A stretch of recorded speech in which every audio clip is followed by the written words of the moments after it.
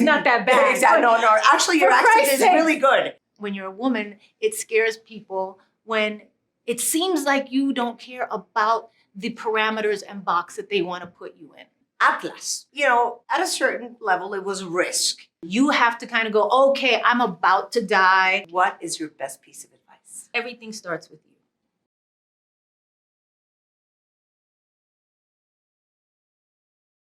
Bueno, Jennifer López está con nosotros. Saben que está por lanzarse el día de mañana. Es una película de science fiction, de sci-fi, que se llama Atlas.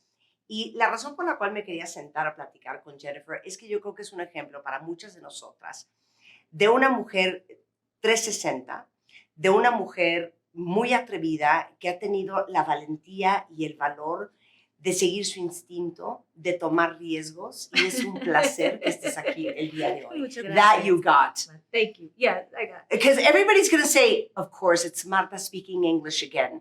Can you tell them that we're not having this conversation in Spanish because you'd rather speak in English? Because then they're going to think it's on me. They're going to blame you? Exactly. No, it's my fault. Exactly. Right?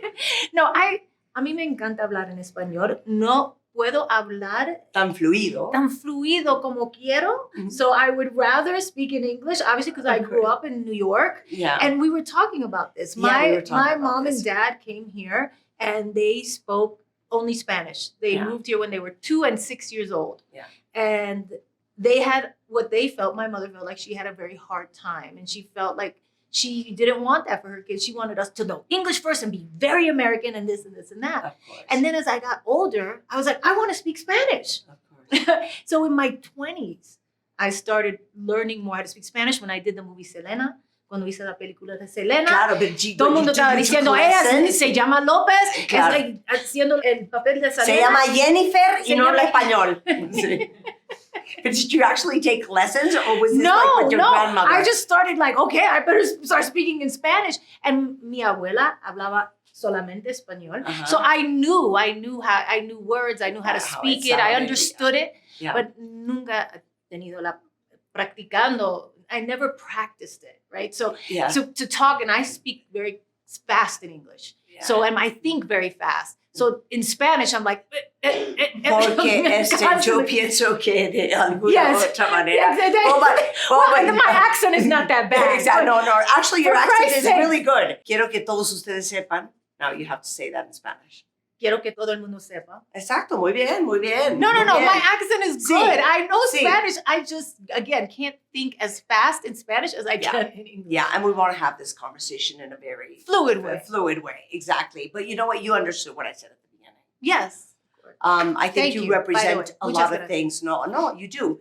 I think you represent a lot of things for a lot of women that always feel that you cannot have it all, that you cannot be it all, and you're a wife, and you're a mother, and you're an amazing entrepreneur, but you're a dancer, but you look fantastic.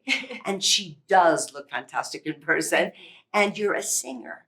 And you always are willing to take the risk to do whatever is in your heart. And I think that is a tremendous lesson for all the women out there. Thank you. It is, and it's not easy. I've been in the public eye for so long now, more than half my life. And it has been, it was difficult in the beginning, being a Latina, coming up in a business that was mostly not that. And I, had to kind of blaze a path that was new for myself. And I had people, obviously, who came before me that I looked up to very much. Rita Moreno, Chita Rivera, that I was like, okay, these few people have had this and I can do it too. But I wanted to, again, because I grew up in New York, I wanted to do all the movies. I wanted to do the romantic comedies. I wanted to be able to sing and dance and act and do all of the things. And why can I start a business? And why can't I make perfume? And why can't I make clothes? And why can't I do this and that? And I felt like I had to always follow my instincts and my heart. And even though being in the public eye, especially being who I was, for some reason, there was a wanting to tear down. I think that sometimes when you're a woman, it scares people when it seems like you don't care about the parameters and box that they want to put you in.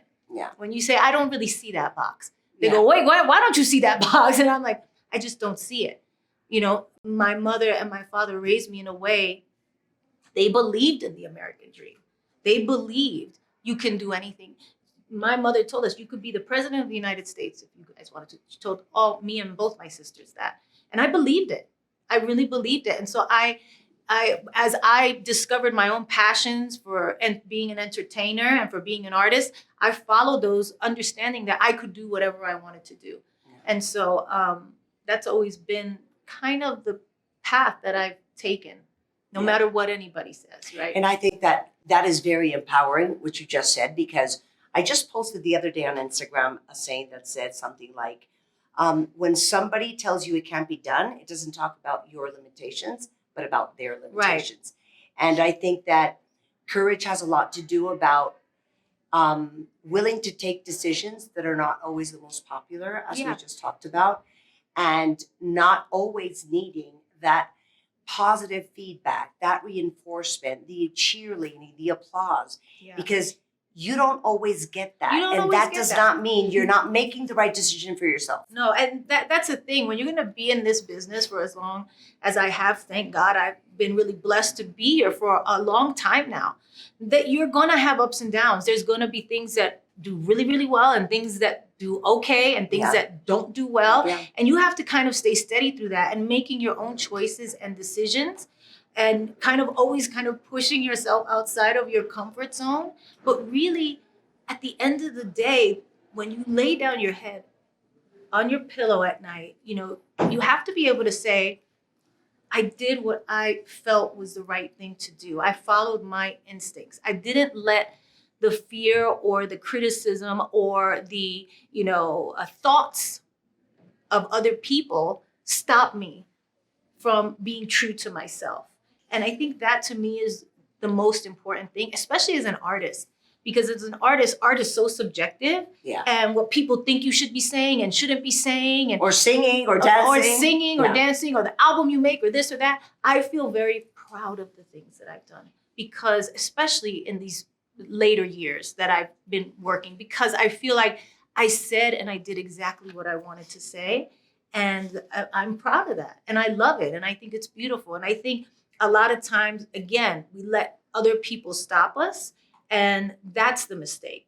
The mistake is not things not doing well. The mistake is not doing and being true to yourself and doing what you set out to do. Yeah.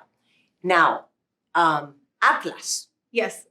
At a certain level, it was a risk. Yeah. It's actually not your first sci-fi movie, but no, I did one other one. Yeah. Exactly. But you're producing this. This is the second one. So how do you make that decision? Whenever you take on a big film like this, and it's especially that I have to, kind of give credit to Netflix for putting a Latina woman in the action hero role, right? Like we don't see that every day. And also because we produced it, we have Sterling K. Brown and we have Simu Liu. And this is a very diverse cast in a huge budget action film.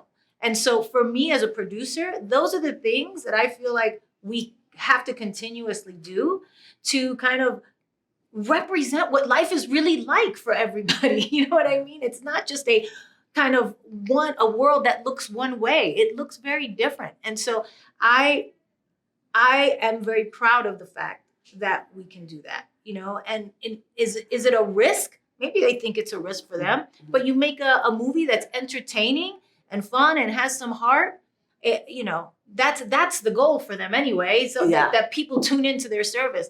And I think this movie is as entertaining as they come.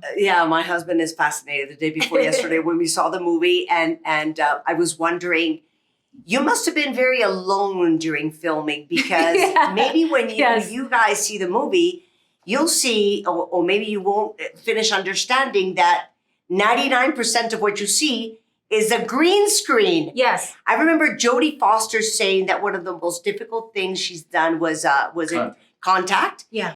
Because it was like herself and herself. Yeah, that's it. It's me it literally in a space about this big, like 2 feet by 2 feet. And you're not claustrophobic? No, I'm not. I am claustrophobic, but I had the cameraman right there, 4 cameras in my face, like literally about this far away. Uh-huh. And we were just in this small space where I had to create kind of all of this action and all this emotion and make it very believable. And it's one of the most difficult acting exercises you can do. There's no other actors to help you. Mm-hmm. You have to kind of go, okay, I'm about to die. Mm-hmm. This is happening. Oh, and they're like, there's a huge battle of spaceships going on. And you're like, okay, what does that look like? Okay, now you're being hit. Now you're being hit. Now there's a dead body hit the window. Yeah. Now you're falling and plunging to your death. Now you broke your leg. There's a bone coming through. You're just like, okay. And it's about making all of that very real. And I would go home at the end of the night absolutely exhausted. Exhausted. And I wasn't moving really. Yeah. But it was just kind of the emotional taxing of it that really made you just exhausted at the end of the day. Well, it's fantastic. It was great seeing you. I'm sure it's going to be a great success. You all have to go see it Friday.